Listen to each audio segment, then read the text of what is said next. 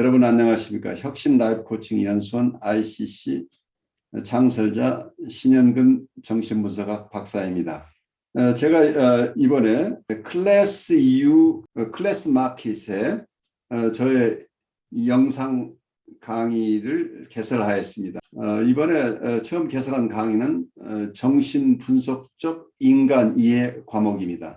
제가 하는 강의 내용을 여러분께서 잘 아실 수 있도록 이 과목의 소개 영상과 첫 번째 강의 정신분석학의 정의와 두 가지 기본적 가설을 주제로 한 강의 영상을 여러분께 소개합니다. 이 두 개의 영상을 보시고 더 관심 있으신 분들은 직접 제 클래스 사이트로 들어가셔서 클래스에서 어떤 것이 진행되는지 검토하시고 여러분 주위에 있는 분에게도 제 강의가 있음을 알려주시면 고맙겠습니다. 여러분 감사합니다. 성애적 감정과 성별 관련 주제. 환자와 치료자 양쪽의 성애적 감정을 다루는 작업은 경계선 환자 치료에서 가장 어려운 문제 중 하나이다. 치료자가 성범죄 혐의로 고소당하는 사례 중 상당수는 경계선 환자와 연관되어 있다. 그러므로 성애적 전이와 성애적 역전이를 체계적으로 다루는 일은 효과적인 치료뿐만 아니라 적절한 위험 관리 차원에서도 필수적이다. 색정적 감정은 치료자와 환자 중 한 사람에게만 나타날 수도 있고 두 사람에게 동시에 나타날 수도 있다. 이 장에서는 두 가지 경우를 모두 살펴보고자 한다. 제3장에서 언급했다시피 경계선 환자는 유아기에 중대한 성적 학대를 경험한 경우가 많다. 그리고 성인기에 성적 학대를 경험할 위험은 유아기에 성적 학대를 경험하지 않았던 사람보다 그런 경험이 있는 사람에게서 훨씬 높게 나타난다. 특히 치료자와 환자 간의 성관계는 아동기에 성적 학대를 당해본 환자에게서 발생할 가능성이 더 많다. 아동기에 성적 학대를 당했던 여성 환자 중 상당수는 모든 상황 속에서 돌봄과 성애를 혼동하며 성장한다. 이러한 성장 배경으로 인해 이들은 다시 피해자가 되는 상황에 스스로를 반복적으로 몰아넣음으로써 수동적으로 표현되던 트라우마를 적극적으로 통제하려 할 수도 있다. 이와 같은 상황이 발생할 위험성을 높이는 또 다른 결정적 요인은 경계선 환자가 치료자에게 구원 환상을 불어넣는 방식과 밀접하게 연관되어 있다. 제1장과 3장에서 논의한 것처럼 치료자는 환자의 학대적인 부모와는 다른 사람임을 증명하기 위해 혼신의 노력을 다하게 되며 그 과정에서 환자와 성적 접촉까지 하게 되는 미끄러운 비탈길을 따라 미끄러지면서 환자와의 경계를 하나둘 침범하고 있는 자신을 발견하게 될 수도 있다. 더욱이 치료자는 경계선 환자가 실망하거나 혼선이 일어날 때 분노가 폭발하는 상황을 막기 위해서 종종 긍정적 전이나 이상화 전이를 조정하고 싶은 유혹을 받는다. 이렇게 이상화된 좋은 부모의 모습을 보여주려 하는 태도는 성적 유혹과 뒤엉킬 수도 있다. 경계선 환자의 치료자는 환자에게 제한을 설정함으로써 자신의 공격성을 편안하게 느낄 수 있어야 하며 그렇게 제한을 설정하는 동안 환자가 보일 분노를 견뎌낼 준비도 되어 있어야 한다. 상징적인 것과 실제적인 것의 차이를 구별하는 것의 어려움은 경계선 환자 치료 과정에서 성적 경계 위반의 발생 빈도를 증가시키는 또 다른 결정적인 요인이다. 제2장에서 상세히 논의하였듯이 편집 분열 상태에서 기능하고 있는 경계선 환자의 경우 분석적 공간이 무너지면 전이가 가진 마치 뭐뭐인 것 같은 특성을 이해하지 못하게 된다. 이들은 성애적 전이 감정의 일정 부분은 실제 감정일 수도 있으나 그 중에는 과거의 관계에서 경험했던 오래된 감정이 새롭게 구현된 부분도 있다는 점을 이해하지 못한다. 그리고 그런 감정이 명백히 실제하는 강렬한 감정이며 즉각 충족해야 한다고 생각한다. 이와 같은 색정 전이의 일종은 제5장에서 소개한 색정화된 전이로 성적 만족에 대한 끈질긴 자아 동조적 요구를 수반한다. 색정화된 전이는 주로 경계선 환자와 근친 상간 피해자에게서 나타나며 해석적인 개입으로 다루기가 매우 어려울 수 있다. 또한 색정화된 전이의 대상이 되는 치료자에게 다양한 반응을 불러일으킬 수 있다. 그중 한 가지는 극심한 불안으로 여성 경계선 환자와 새로운 여성 치료자 사이에 다음 임상 사례에서 확인할 수 있다. 상담 치료자와 내담자 간의 부적절한 성적 접촉 문제가 생각보다 심각할 수 있어요. 이제 그 부분은 어떤 면은 치료자가 의도적으로 그러한 행동을 하고자 하는 경우도 있을 수 있겠지만 고의의 행위보다는 무의식적인 심리 현상들을 충분하게 식별해내지 못하고 어떤 면은 프로젝티브 아이덴티케이션에 말려들어서 자기의 의도하고는 상관없이 원래 어떤 자기가 의도했던 것과 다른 이런 결과가 나타날 수도 있다는 것을 우리가 조금 더 깊이 이해해야 되는 것 같아요. 그래서 그 부분에 대한 성찰이 굉장히 중요한데 성애적 감정을 느끼는 것은 정도의 문제일 뿐이지 이게 성애적이라고 하는 말 자체가 그렇게 단순한 것은 아닌 것으로 보여요. 이라틱하다고 하는 게. 어떤 친밀감도 그걸 어디까지 어떤 정서를 성애적이라고 할 거냐 하는 것도 만만치 않죠. 보통은 내담자들이 결핍되어 있는 것은 대부분 상담에서는 특히 보드라인 환자들 경우에는 원대상하고 관계에 있었던 자기의 인터널 어떤 이미지나 대상 표상들을 우리에게 투사하는 경우가 많은데 원대상이 어쩌면 아이에게 있어서 엄마는 자기하고 분리되지 않은 대상이죠. 미분리된 상황이죠. 그러니까 코웃이 표현했던 코웃이 처음 얘기했던 셀프 대시 아브젝트로서 미분화된 상태의 어떤 대상, 자기와 분리되지 않고 자기가 원하는 것을 항상 다 들어줬던 원대상에 대한 그런 애착들이 있는데 우리가 그런 원대상이 되달라고 하는 욕구가 이 사람들에게 있는데 이거 자체가 어떤 나르시스틱 니드가 잘 채워지지 않을 때는 그게 코우세의 얘기에 의하면 이게 섹슈얼라이제이션이나 그러니까 성애적이거나 공격적인 모습으로 드러날 가능성이 굉장히 높다고 보는데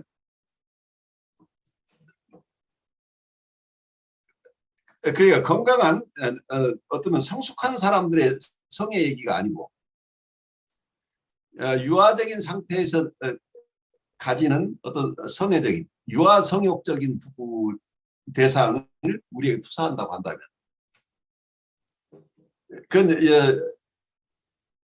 아이가 발달 과정에서 충분히 사랑받지 못한 것으로부터 오는 어떤 이런 조각일 가능성이 있는데 이게 묘하게 성애적인 모습을 그러니까 프리에더프란 시점에 있는데 에더프란 모습으로 드러난 이런 혼합적인 상황들이 일어나죠. 많은 경우에. 그래서 이 성애적인이라고 하는 것 자체가 어떤 아이에게 있으면 어머니의 사랑을 받는다고 하는 것 혹은 아버지의 사랑을 받는다고 하는 거니까 부모와의 접촉 욕구일 수도 있고 그리고 부모에게 사랑받는 경우에는 관계 서로 간에 어떤 바운더리가 없는 상태일 때 편안하게 자기가 돌봄을 받았던 기억이 있다고 한다면 대상과의 관계를 무너뜨리고 하나가 융합하고 싶은 욕구가 이게 어떤 면에서는 유아성애적인 욕구일 수도 있어요. 대상과 내가 하나가 된 데 가장 편안하고 내가 얻고 싶은 걸 다 얻었다고 한다면 그리고 어떠면은 부모가 사랑해주는 방식이 굉장히 유혹적이었다고 만약에 생각한다고 한다면 아이들이 어른의 입장에서는 그냥 귀엽다고 한 건데 아이 입장에서는 그것을 굉장히 감각적으로 느꼈다고 한다면 그 어른의 성애가 아니라 어떤 감각을 통한 만족이 있었다고 한다면 그거 자체는 유아 성욕 성욕이라고 부를 수 있는 것이 아니고 감각적 니드 감각적인 욕구 접촉에 대한 욕구가 아이들에게 누구나 있는 것 같아요. 그러니까 누군가가 자기를 안아주고 쓰다듬어주고 함께 있어주는 이런 따뜻한 체온을 느껴야 아이들이 성장하는데 이게 부족했다고 한다면 이 아이들은 항상 그런 대상을 원하겠죠. 자기를 안아주는 대상을. 근데 이게 겉으로 어른의 눈으로 바라보면 이것도 성욕이라고 이름을 붙였는데 나는 프로이드가 이걸 성욕이라고 붙인 것 자체가 많은 혼선을 가져왔다고 봐요. 어떤 프로이드의 긍정적인 부분도 있지만 어떤 단순한 아이들이 가지고 있는 대상에 대한 접촉 욕구, 대상으로부터 안김을 받고 싶은 욕구, 이런 것들을 어떤 성애적인 것으로 봤다고 하는 것 자체가 그 용어를 성애 섹슈얼하다고 보는 것, 이게 어쩌면 그 용어에 우리가 또 속아서 어른의 관점에서 자꾸 아이들의 성욕을 바라보니까 아이들의 접촉 욕구나 자극을 받고 싶은 욕구, 어디에서 쾌감이라, 아이들에게 쾌감은 어떤 그 접촉을 통한 쾌감인데 이걸 성적이라고 섹슈얼하다고 보는 어른의 편견으로 바라보니까 아이들이 자유행위를 하는 것 같으면 부모 입장에서 이 아직 어린아이가 큰일 났다고 생각해서 이렇게 아주 심하게 야단치거나 체벌을 줄 수도 있겠죠. 그런데 아이들이 이런 접촉의 욕구 때문에 자유행위는 굉장히 어린 시절에 발생한다고 보죠. 누구나 다 체험하는 건데 그 강하게 그 기억이 남은 사람도 있고 남지 않은 사람도 있겠지만 뭔가 아이들은 그런 대상으로부터 신체 접촉에 대한 욕구들이 꽤 많은데 이제 이런 것에서 충분한 만족을 얻지 못하는 사람이 있다고 한다면 성인이 돼서도 사랑을 받는다고 하는 것 자체는 이런 신체 접촉을 통하는 것이 기본적인 것으로 받아들일 수도 있게 되죠. 이렇게 되면. 그래서 어떤 분들은 어떤 사람하고 누군가를 만나서 관계를 맺는다고 하는 것은 그냥 기본적으로 성적인 접촉은 당연한 것으로 알고 처음 만나는 사람들하고 스스럼 없이 성적 행위를 하는 이런 분들도 많지는 않지만 어쩌다가 눈에 띈다는 얘기예요. 그래서 성이라고 하는 게 이 프리에더풀한 성과 에더풀한 성, 그 성인들이 생각하는 성이 다른데 이거 여기에서부터는 혼란도 있고 상담실에 온 분들을 도울 때 이분이 얼마나 자기가 성적으로 어뷰스를 당했고 자기가 얼마나 또는 성적 어뷰스뿐만이 아니라 자기가 사랑받지 못하고 얼마나 힘들게 살아왔는가, 그 세상에 얼마나 나쁜 사람들이 많은가, 자기를 진심으로 자기를 이해해 준 사람 없었고 자기를 학대한 사람만 있었다. 그 정서적인 학대, 어떤 언어적인 학대, 신체적인 학대, 거기에 성적인 학대까지 이걸 자꾸 얘기를 하다 보면 이걸 듣는 사람 입장에서는 이렇게 힘들게 살아온 사람인데 정말 나쁜 경우밖에 없는 사람인데 내가 좋은 대상이 되고 싶은 욕구가 생겨난다는 거예요. 이게 우리 역전이에요. 그러니까 그건 어떠면 그 역전에는 이 사람이 찾고 있는 자기가 만나고 싶은 대상, 이상적인 대상, 이 사람의 삶 과정 속에서 자기를 침해하고 힘들게 했던 이런 대상, 나쁜 대상만 있는데 이 사람은 소망하는 대상이 있을 수 있는데 그 소망하는 대상을 우리에게 투사하게 되면 이상화된 대상이 되어버리는 거죠. 그럼 이 사람의 요구를 다 안아줘야, 다 만족시켜야 될 것 같은데 이분이 너무 측은하고 너무 힘드니까 이 사람에게 보통 다른 내담자에게 생각했던 것하고 달리 이 사람은 너무 결핍이 많아서 내가 엄격하게 정신분석적인 어떤 룰을 통해서 객관적인 관찰자 내지는 조금 중립성을 지키면서 혹은 경계를 확실하게 하면서 이 사람을 돌본다는 거가 너무 이 사람에게는 가혹할 것처럼 느껴집니다. 그래서 이분들이 경계를, 특히 이런 학대 경험을 가진 분들, 특히 보드라인 레벨에 있는 분들은 이 경계를 무시하고 싶은 욕구가 굉장히 커요. 항상 나만은 특별한 예외로 받아달라.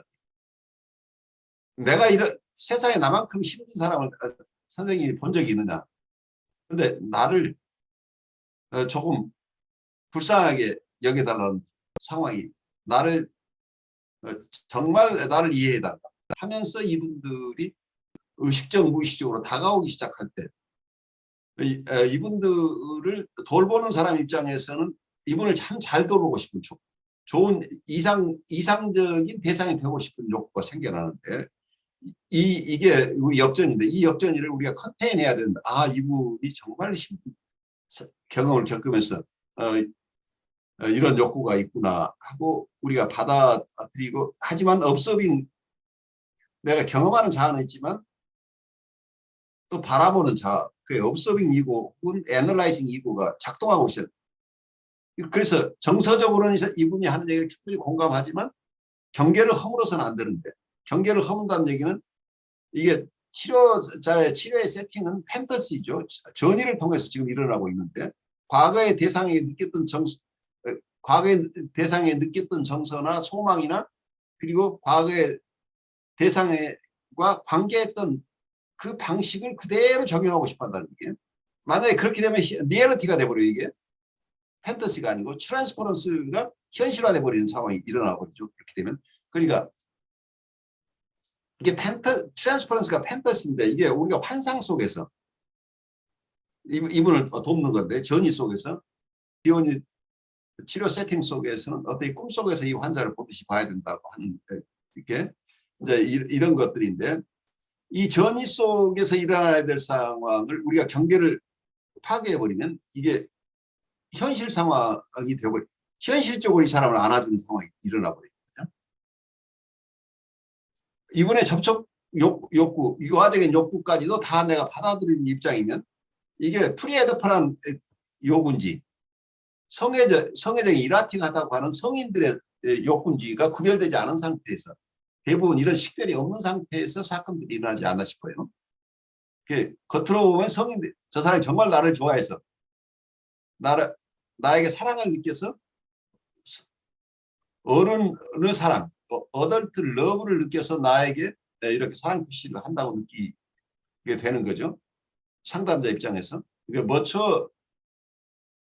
머처한 섹슈얼리티나 머처한 어떤 러빙 필링으로 정말 이 사람이 나를 사랑한다고 느껴서 이 사람에게 자기가 사랑으로 다가가 버릴 가능성이 있는데 그런데 이 사람은 그런 상태가 아닐 경우가 있기 때문에 그렇게 되면 결과적으로는 이 사람은 프로젝티브 아이덴티티를 통해서 내가 무엇이든지 수용해지는 대상이 되달라고 우리를 강요를 해요. 이게 엄청나게 푸시가 들어오는데 우리가 그걸 견디지 못하고 결국은 이 사람의 프로젝티브 아이덴티피케이션에 의해서 행동화가 일어나 버리면 특히 이런 성애적 감정을 불러일으키는 대상과의 관계에서 우리가 액팅아웃이 일어난다면 바로 경계 파괴가 일어나고 사회적으로 지탄받는 상황으로 진전될 가능성이 있기 때문에 굉장히 심각한 상황이 일어나 버리는 거죠. 근데 이거 자체가 이런 사고가 일어나는 게 내담자가 의도한 것도 아니고 상담자가 의도한 것이 또 아니에요. 다 무의식의 세계 속에서 일어나는 일들인데 어떤 상담자가 프로페셔널 에틱스가 필요한 게 프로페셔널이 이걸 이해할 수 있어야 된다는 얘기예요. 이게 전이 상황에서 일어난다는 거기 때문에 내담자를 보호해야 될 의무가 있어요. 내담자가 무의식 중에 접근하고 있는 이런 것들이 이 사람의 판타지 속에 있는 것이라는 전이 상황이라는 걸 이해하고 사고가 나지 않도록 그래서 치료에서의 세팅, 어떤 프레임, 경계를 분명히 해야 된다고 하는 이유가 바로 이런 것 때문이에요.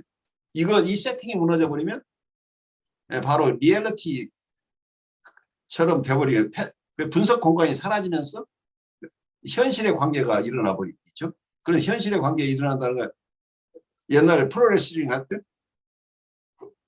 레슬러들이 링 안에서 싸우다가 어느 순간에 링 밖으로 튀쳐나가죠.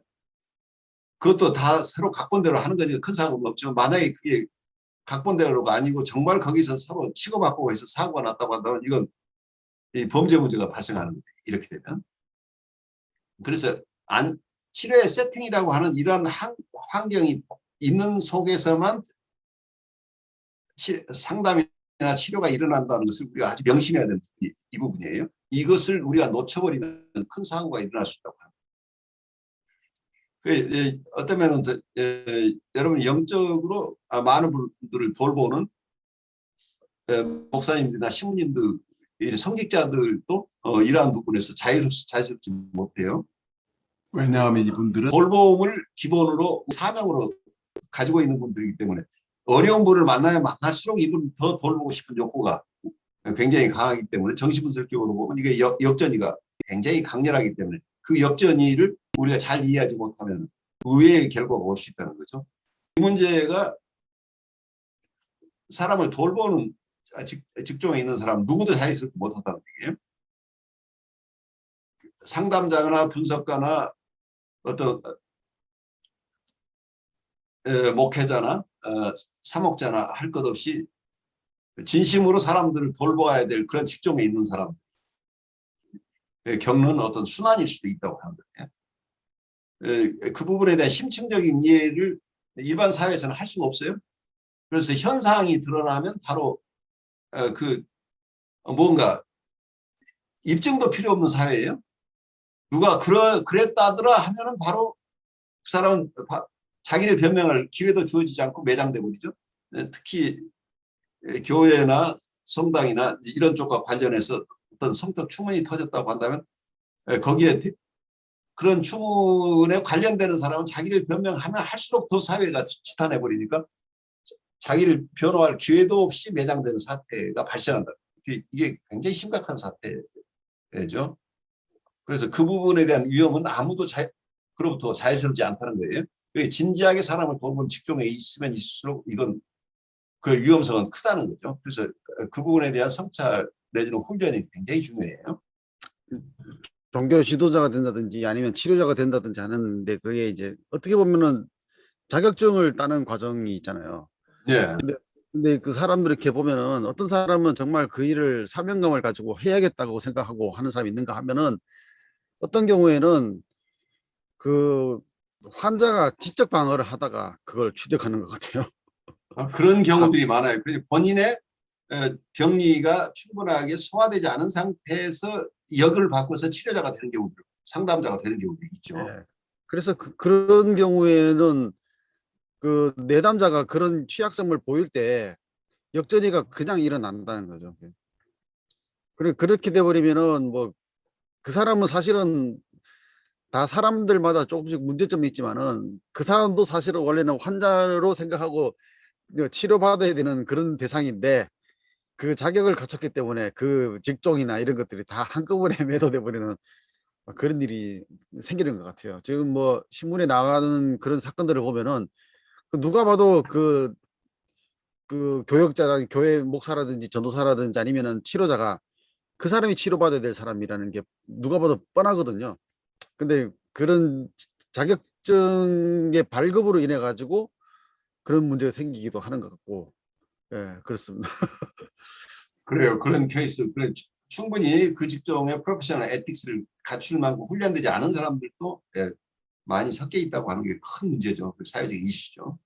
그러다 보니까 정말 고뇌하면서 많은 사람을 돌보고 있는 이런 대다수의 사람들이 또 그 엄청난 피해를 받을 수 있죠. 뭐 신문 뉴스 나온 거 보니까 요즘 뭐더라 성중독이 최근 뭐 해가지고 3년 안에 뭐 5배 이상 늘어났다 이런 표현을 쓰더라고요.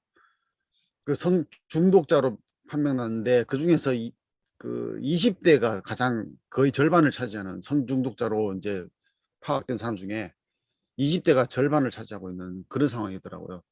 그래서 이걸 가지고 어떻게 생각해야 될까 지금 단순하게 그 환경 그러니까 미디어의 노출에 의해서만 그런 것인지 아니면은 그 양육 환경 자체가 과거랑 많이 그 달라진 건지 지금 그런 것들을 좀 여러 가지로 두고 좀 고민을 해봐야 되는 그런 상황이 아닌가 싶어요. 그래가지고 성범죄가 너무 많이 일어나고 있고 한국의 그 N번방 사건 해가지고 크게 났잖아요. 예. 그건 말도 못하게 그런 일이 벌어지는데 전혀 자기가 저지른 일에 대해서 양심의 가책이라든지 죄책감이라든지 이런 거 전혀 없이 복수하려는 그 감옥 안에서도 복수하려고 계획 세우는 이런 거 보면서 도대체 이건 뭔가 싶은데 그걸 흉내내고 하는 사람들도 꽤나 있다는 게 이제 더 문제인 것 같아요. 이런 문제가 심리적으로 말하자면은 지난 전에 이제 교수님 말씀하신 센슈얼리티가 이제 시간이 지나서 이제 성적인 것에 감각이 생기면 섹슈얼리티로 바뀐다고 했을 때, 그럼 이게 정말 센슈얼리티의 문제만 있는 것인가, 아니면은 이게 그 중간에서 뭐 다른 또 큰 영향, 환경적 영향들을 우리가 또 봐야 되는가, 지금 그런 것들도 조금 생각해 보게 하는 것 같아요. 성의 의미도 사람마다 각각 다를 수 있죠. 어떤 사람은 그게 자기가 갖지 못했던 어머니 대상에 품에 안기는 것 같은 이런 정서를 갖는 사람도 있고, 어떤 사람은 정말 그 귀한 대상과의 로맨틱한 사랑을 느끼는 사람도 있을 수 있고, 어떤 사람은 자기의 공격성을 성애적인 모습으로 드러내는 경우도 있죠. 사람을 지배하는 방식으로 성이 사용되는 경우도 있고, 그래서 성의 미닝 자체가 각각 다르다. 그래서 성이라고 하는 것은 너무 큰 주제예요, 사실은. 그 속에 각각 개개인이 소화하고 있는 성, 그리고 그분들이 체험하고 있거나 그분들이 인식하고 있는 성이 각각 다를 수도 있다. 그리고 대부분 이런 성애적인 문제와 결부되는 것은 발달 과정에서 충분하게 사회적인 규범을 내면화하지 못한 분들이 꽤 있기 때문에, 이게 초자의 문제죠. 초자가 아예 형성이 안 된 사람, 아주 초자가 약한 사람도 얼마도 있다. 그 많은 경우에 이게 어려운 게 사회적인 엄격한 규범 하에 살아온 사람일 수도 있고, 전혀 사회적인 규범이 없는 경우도 있을 수 있는데, 그게 지나치거나 아주 없거나 둘 다가 문제인 거죠. 그래서 이게 양심의 문제하고 다르다는 거예요. 보통 컨션스, 양심의 문제는 좋은 대상과의 관계에서 우리의 양심이 생겨나는데, 나쁜 대상의 관계에서 나쁜 대상의 그 가혹한 부분이 결국 초자화가 된다는 얘기예요. 근데 어떤 분은 아예 초자화가 형성이 안 되는 거, 아무 사회 규범에 노출되지 않은 상황, 그냥 얘는 방치된 아이일 수도 있는 거죠. 그래서 사회 규범 자체가 자기가 만족하는 것을 하면 되는 거지, 그것이 양심의 가치를 느끼지 않게 된다. 그죠? 그래서 사회 규범이나 어떤 윤리 규범 또는 자기의 양심이라고 하는 이런 부분이 발달하지 않은 사람들도 많이 있다고 하는 거가 사회적인 문제죠. 그걸 어떻게 건강한 양심을 갖추고 그리고 건강하게 사회 규범을 인식하면서 살아갈 능력이 있느냐 하는가 큰 문제죠. 아까 강 목사님 말씀하신 그 성중독에 관련해서 잠깐 의견을 예. 얘기하고 싶어서, 그러니까 제가 중독 심리로 석사 과정을 했을 때, 그러니까 저의 그게 우리 전문가를 오늘 모셨어요? 근데 그 중독에 대한 그 저희의 이해가 좀 뭐라 그럴까, 잘 못 돼 있는 부분들이 있더라고요. 중독 심리를 공부하면서 이 중독이 어디서부터 왔고 중독에 대한 메커니즘을 내가 잘 모르고 있었구나.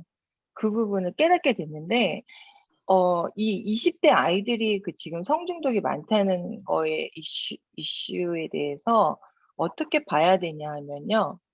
그러니까 모든 중독은 똑같은 건데, 성중독이든 그게 알코올이든 뭐든 중독의 그거를 그 애착 관계 형성, 그 엄마하고의 그렇죠. 처음, 네네, 거기서 이제 기원을 하거든요. 그러니까 그런 사람들이 중독에 이제 취약하게 돼서 나중에 어떤 식으로도 이제 중독에 빠졌을 때 결국은 그게 이제 그 브레인에 문제가 오더라고요. 전두엽에.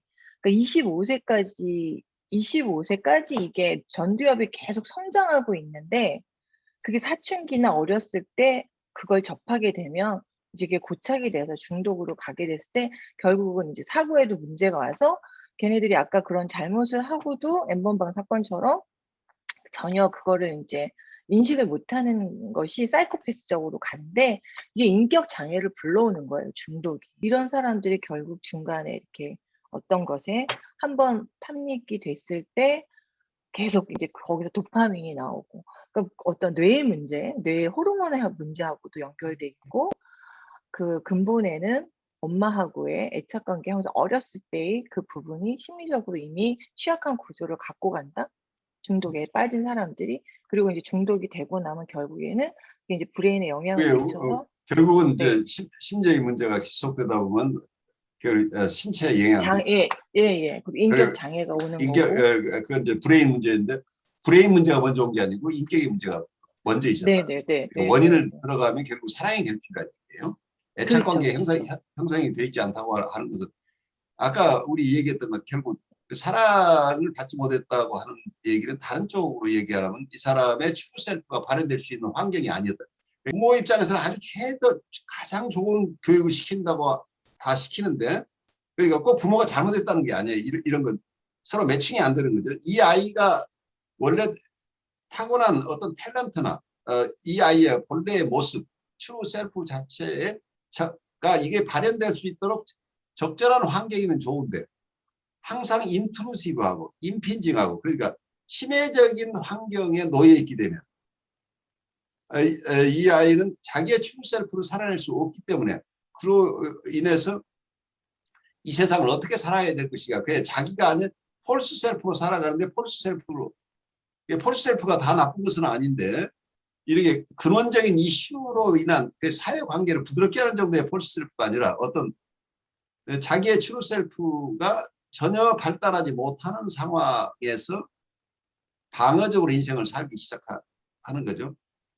그래서 그리고 또 어쩌면 만족을 얻는 게 본래 원인 대상에 얻어야 될 어떤 이 아이가 성장하면 인격적으로 성장하면 필요했던 그 사랑의 양이 있는데 그 사랑의 양이 너무 미미했거나 전혀 없었거나 하는 상황이라고 한다면 발달 심리적으로 이 아이가 이것이 채워지지 않으면 그 다음 단계를 못 넘어간다. 그러니까 이거에 채워지지 않은 상태니까 이걸 채우는데 어른이 돼서 엄마 젖을 먹을 수는 없으니까 엄마 젖 대신에 뭔가 대용물이 필요하다. 그래서 이걸 어떤 대상관계 이론가 중에 어떤 분이 이걸 엠티 코어라고 그래요. 우리 안에 코어가 텅 비어 있다는 엠티 코어니까 여기에 뭔가를 채워 넣어야 되는데 이게 술을 부어 넣건 도박을 하건 마약을 하든 모든 것을 이걸 채우려고 하는데 이게 말하면 밑 빠진 독이라는 얘기예요. 엠티 코어는 아무리 채워도 채워지지 않는 거라. 밑이 빠져 있기 때문에 아무리 채워도 그래서 만족이 없는 거죠. 그래서 끊임없이 채워도 더 많은 욕구가 계속 생겨나는 거죠. 끊임없이. 근데 그 중에 하나가 성중독이 포함된다.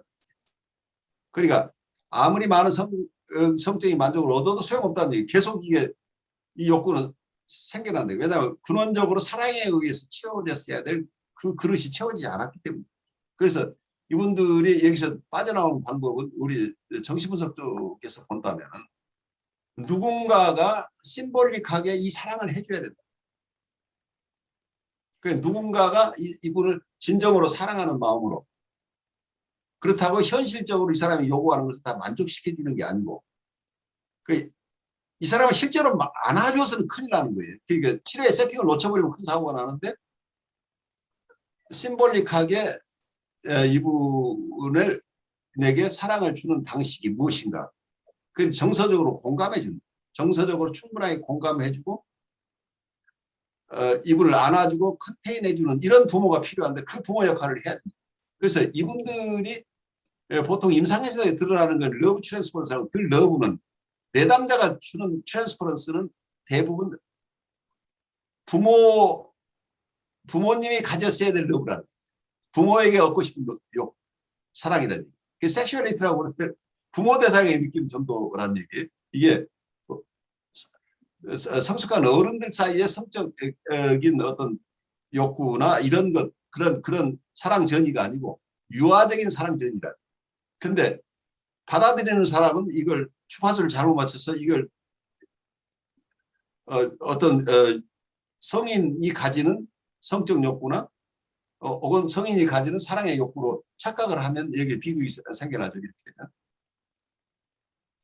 그래서 이분들은 아까 이게 애착관계 형성이 실패했다는 얘기는 초기 양육 과정에서 굿 이너프 마더링이 없었다는 얘기예요. 그래서 완벽한 어머니가 아니라 되고 안 되는 것. 사회 규범을 가지면서도 충분하게 정서적으로 이 아이를 담아내고 그리고 어쩌면 아이가 어릴 때는 피부로 안아줘야 되는 거예요. 피부 접촉이 필요한 아이들이니까. 아이들이 성장하는 과정에서 엄마의 피부에 의한 보호를 받으면서 아이들이 성장하는데 이런 것들이 지나치게 결핍이 일어났을 때는 성인이 돼서도 끊임없이 거기에 대한 욕구들이 솟아난다는 얘기죠. 우리 조이님 도움 말씀 받고 또 여러분들 느끼는 거 좀 나누시죠. 이 통계가 보면은 그 성중독자 비율로 된 게 20대, 30대가 78%거든요. 보면은. 근데 10대가 2%로 나와 있어요. 네. 갑자기 20대, 30대, 20대 되면서 이렇게 폭발적으로 증가할까 그 생각해 보면은 사실 이게 한국 사회에서 일어나는 모습이니까 어떻게 보면은 10대 때까지는 규율이라든지 이런 것 때문에 내재되어 있는 상황이 표현이 안 될 뿐이지. 그러니까 원래는 애착의 문제를 다룬다면은 10대 때까지 방금 조이님께서 말씀하신 것처럼 전두엽이 발달하는 과정 속에서 쭉 되어줘야 되는 건데 단지 20대가 되기 전까지는 말하자면 앞전에 했던 자유의지라는 게 박탈당한 상태에서 누가 시키는 대로 해나가는 사회 구조잖아요. 뭐 공부든지 입시든지 간에 뭐 이런 거. 그러니까 그런 것 때문에 규율이 있긴 있는데 그 규율이 사회 규범으로서 아이들의 자기 실현과는 거리가 먼 규율로 꽉 잡혀 있으니까 속에서 그냥 하고 있다가 자유가 주어지자마자 그냥 그게 중독으로 확 나타나 버리는 그런 묘한 현상이 일어나니까 결국은 이 문제가 앞으로 그럼 이런 사람들이 또 부모가 되면 또 더 많아질 거 아니에요. 그러면 이게 사회적 문제가 이게 심각하다고 봐야 되는 것 같아요. 그래서 말 그대로 이제 하려면 10대 때 그 청소년 시기에 학교 공부라든지 이런 것도 중요하지만은 너무 지나친 어떤 뭔가가 자유의지라든지 어떤 적절한 만족감이라든지 이걸 주지 못하는 어떤 문제점들 그런 것들이 결국은 중독이라는 것들 특히 이제 성중독이 지금 사회적으로 이슈가 되는 것도 그런 이유 때문에 많이 나타나지 않을까 그런 생각도 드네요. 그리고 거기에 또 일조를 하는 게 스마트폰. 요즘엔 초등학생부터 스마트폰을 갖고 있잖아요. 근데 그걸 통해 가지고 애들이 굉장히 그런 거를 많이 접할 기회를 갖더라고요, 그게 한국에서. 자극적인 환경인데 가상의 자극적인 환경이죠. 네. 현실적인 대상과의 관계들이 아닌 거죠, 말하자면. 예. 그리고 인제 예전 같으면 좀 형제 자매들이 좀 있었는데 지금은 거의 하나나 둘이잖아요. 혼자 있는 애도 되게 많고 그런 아이들이 주로 갖고 노는 게 이제 컴퓨터 아니면 스마트폰이잖아요. 그것과 같이 했을 때 그러니까 그런 쪽으로 노출이 훨씬 더 많이 되고 엄마 아빠는 또 일하러 나가고 자기를 돌보지 않고 이랬을 때 그런 혼자 있는 시간 속에서 그런 데로 빠지는 그런 상황이 환경이 너무 많이 지금 벌어지고 있으니까 참 문제예요. 그래서 가장 제가 이렇게 상담자의 입장에서 이렇게 바라봤을 때 제일 무서웠던 게 유모차에다가 스마트폰 거치대를 두고 그 애기들에게 영상을 먼저 보여주는 그러니까 엄마의 이렇게 어떤 애착을 형성해야 되는 시기에 걔네들이 그 기계하고 같이 그걸 보면서 이렇게 조용해지고 이렇게 그걸 하나의 그런 수단으로 부모들이 사용을 하고 끔찍해요. 그것이 이제 뇌에 미칠 영향들을 생각하면 걱정을 많이 했는데 이제 그게 이제 점점 나타나는 것 같아요. 사회 현상으로 이제. 그렇게 자란 아이들이. 그러니까 비인격적인 대상과 네. 관계가 더 앞서 버린다는 얘기가 되잖아요. 네. 그러니까 물건과의 관계잖아요. 사람과 사람과 인격적인 관계가 그렇게 되거든요.